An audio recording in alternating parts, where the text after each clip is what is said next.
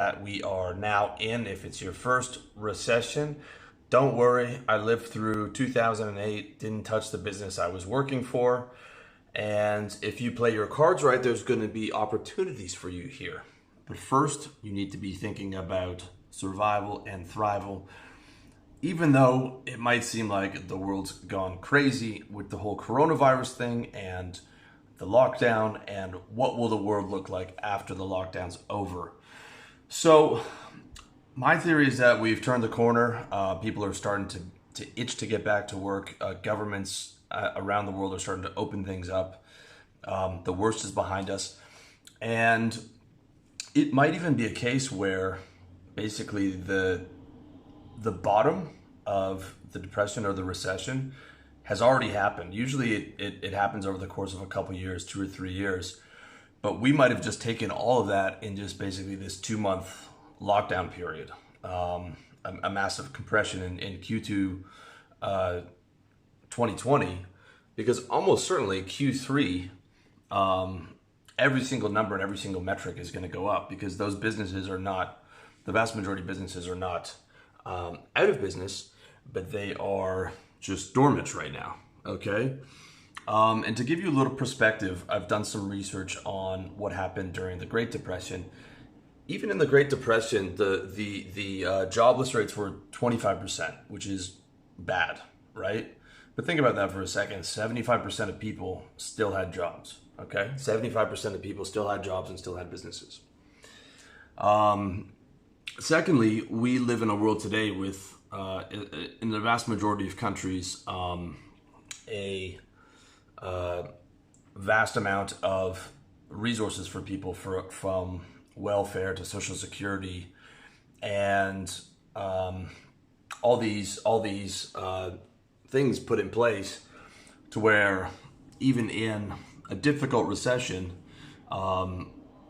you're going to see these stimulus checks, you're going to see unemployment, welfare, and things like that. Yes, it'll be a drain on the economy, certainly, but it wouldn't be a case, in my opinion, like it was in the Depression, where people were 300 people, waiting outside a soup kitchen to eat.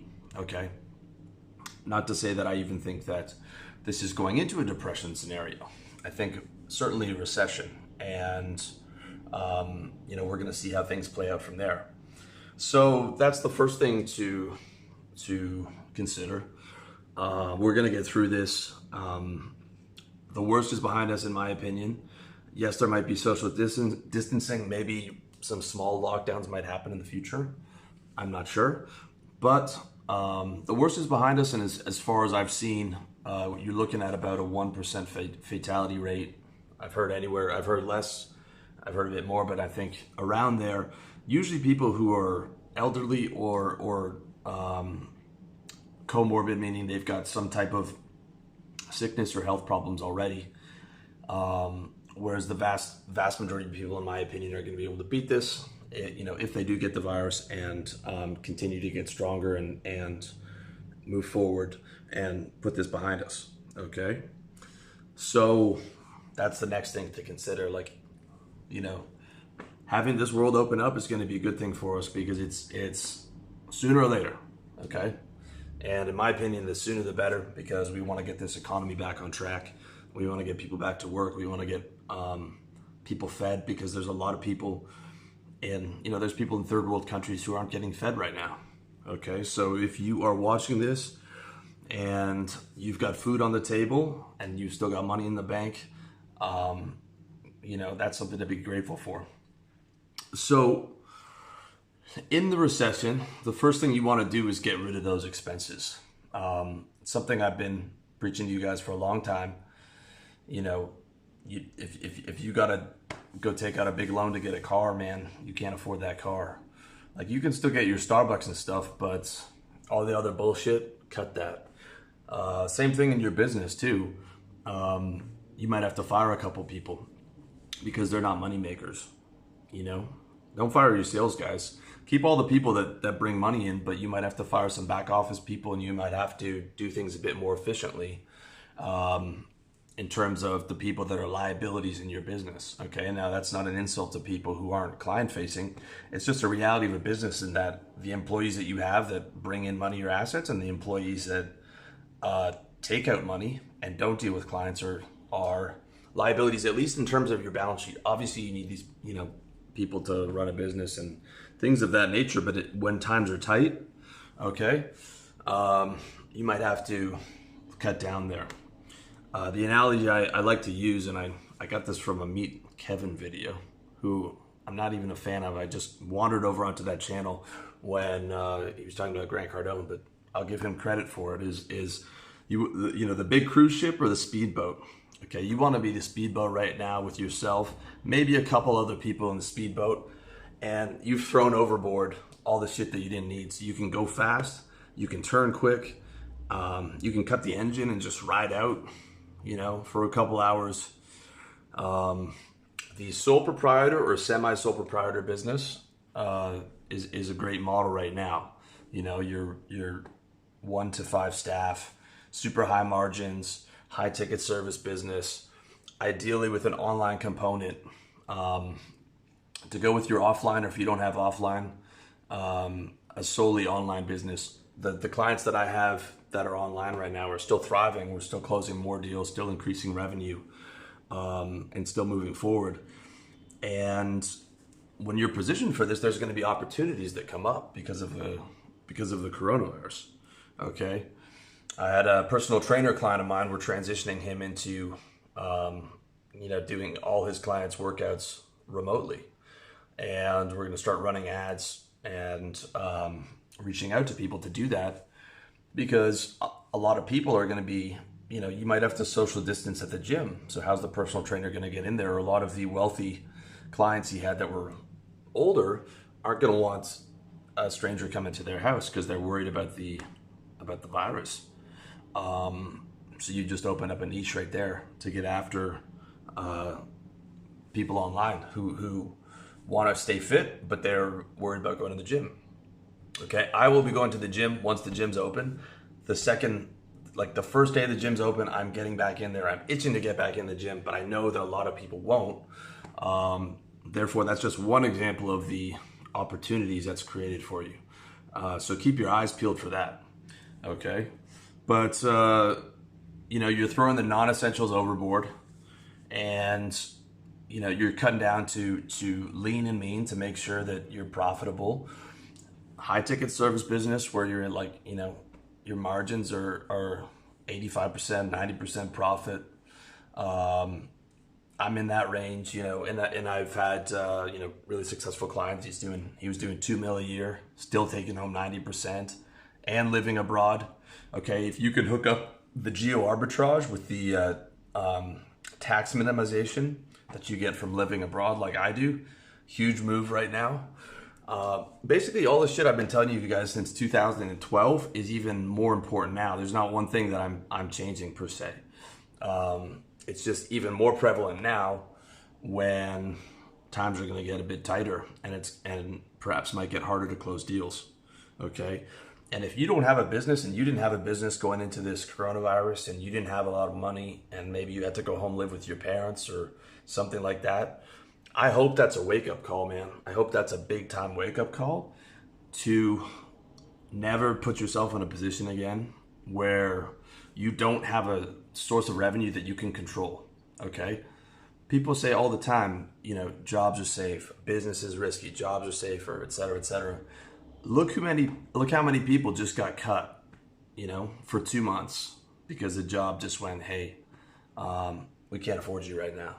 Whereas if you had a business, especially a high ticket service business that you could generate income from online, you would have still been able to be making money all throughout this scenario. So there's no way in the future that you should, in my opinion, that you shouldn't have a business, and you shouldn't have a way for you to be able to go out and hunt and get money, because that's what this concrete jungle is. We have to hunt. And if you're not a hunter, then you've got to eat off someone else's table scraps, and they can just go, hey man, times are tough, you're out. Okay, just like I'm telling business owners to do now. That's why you want to be a business owner, so that never happens to you. Okay, if you're not already. If you are, make sure that you're running lean. Make sure that every dollar you count is going towards profit. Make sure you're not spending money on bullshit. You know, that's what a lot of big companies do. You're gonna see a lot of big companies get their throats slit because they'll spend like, you know, 100 mil on television advertising. They don't even track that. That's just appropriated to TV ads. Because the guy's running a big company has never started from the ground up. He's not an entrepreneur. He hasn't learned to manage every single dollar and make every single dollar count towards the business and make every single dollar be reinvested in something that's profitable. Okay? There's 32 million small to mid-sized businesses. I remember Grant Cardone saying 10 mil might get cut in this recession. That might be true, but you know, don't let that be yours. The way you do that is being in the right business, the high ticket service business. Okay, that is going to allow you to survive and thrive throughout this period. You know, I've got clients who are architects, developers, and they're still going to have more clients that want to work with them than they have time for. Okay, because they're operating on these really high margins and high ticket deals. I had a client of mine who's an architect close a $100,000 deal during the first few weeks of Corona. Okay, because there's still demand for what he's doing, and it's high ticket, and you can still fill up your calendar over the next 2 years to where you've got more clients than you have time for, in the right business. And you know, the wrong business right now are those low margin product based businesses, man. They're gonna get murdered, you know, especially if they're bricks and mortar. You know, or a guy bought a franchise and used his life savings to do it. Not the move, okay? If you want to see more on what to do with your wealth right now, check out my economic survival guide, which I wrote maybe a year ago or a year and a half ago. There's going to be a link below in the description. But for right now, I hope that you guys are in cash. I mean, I've always been a cash guy. You know, cash or CDs or some you know, bonds where you can get at least a couple % return. You know, I'm not a big real estate guy. I think real estate's great for wealth protection, you know, but you don't want to have too much of your cash illiquid, you know. I think for most people, for most guys who are looking to get rich, you shouldn't buy a house and you shouldn't invest in real estate. That's something you can do after you're already rich. If you, with the main idea being, I want to take my money out of the banking system so it's not subject to inflation and have it in an actual hard asset and hedge against currency risks and banking risks after you're already rich. That to me makes sense. Other than that, you know, hedging across multiple bank accounts. Okay, I've got bank accounts in a couple different countries is certainly useful. And making sure you're with the right banks, because you don't want to be in the bank that is failing. I could see one of the big four American banks not fail, but have to get bailed out, because I think they will bail them out. And you don't want to be sort of biting your nails while they're looking for the bailout. So let's say you're an American, I'd have accounts with the big four, and Citibank, JP Morgan, Wells Fargo, Chase. And I would also pick up some BMO Harris and TD Bank. Those are the Canadian accounts. And they're a lot safer than, or in my opinion, their balance sheets look a lot better than America.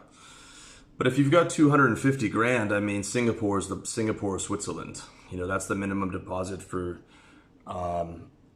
DBS or one of the good Singapore banks. If you want to protect your wealth, that's the place to do it.